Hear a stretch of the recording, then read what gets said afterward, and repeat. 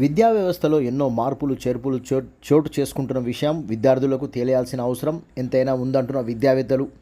ప్రాథమిక స్థాయి నుండే విద్యార్థులను చదువుల్లో వారి రాణించటాన్ని తల్లిదండ్రులు, ఇంట్లోని పెద్దలు, పాఠశాల టీచర్లు గమనించడంతో వారిలోని ప్రత్యేకతలు గుర్తించవచ్చని అంటున్న విశ్లేషకులు.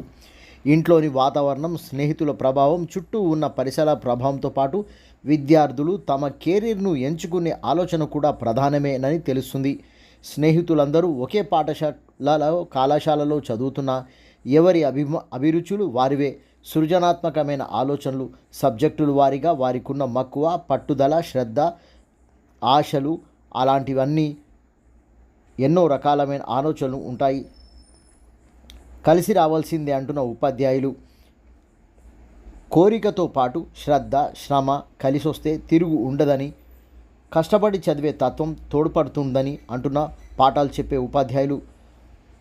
10వ తరగతి విద్యార్థుల జీవితంలో మార్పులకు శ్రీకారం కలుగుతుందని, 10వ తరగతిలోనే సబ్జెక్టులే ఇంటర్మీడియట్లో జీవితంలో చేరుకోవాల్సిన గమ్యం ఎంచుకునేందుకు అవకాశం ఎంచుకోవచ్చు అని తెలుపుతున్న మేధావులు.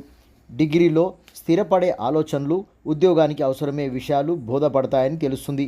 ప్రత్యేక చదువులు పీజీల్లో వస్తుందని, అప్పటికే విద్యార్థులు రాటుదేలే పరిస్థితి దాటిపోతారని పలు విశ్లేషణల్లో అనుభవజ్ఞులు అభిప్రాయంగా తెలుస్తుంది.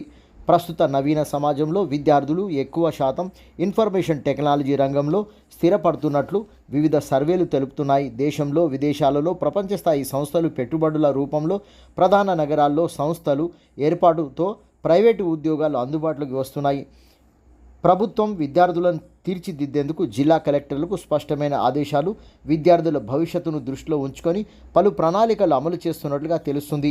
ఉచిత విద్యతో పాటు ఉచిత కోచింగ్ సెంటర్లు, లైబ్రరీలు అందుబాటులోకి తీసుకొస్తున్న తెలంగాణ రాష్ట్ర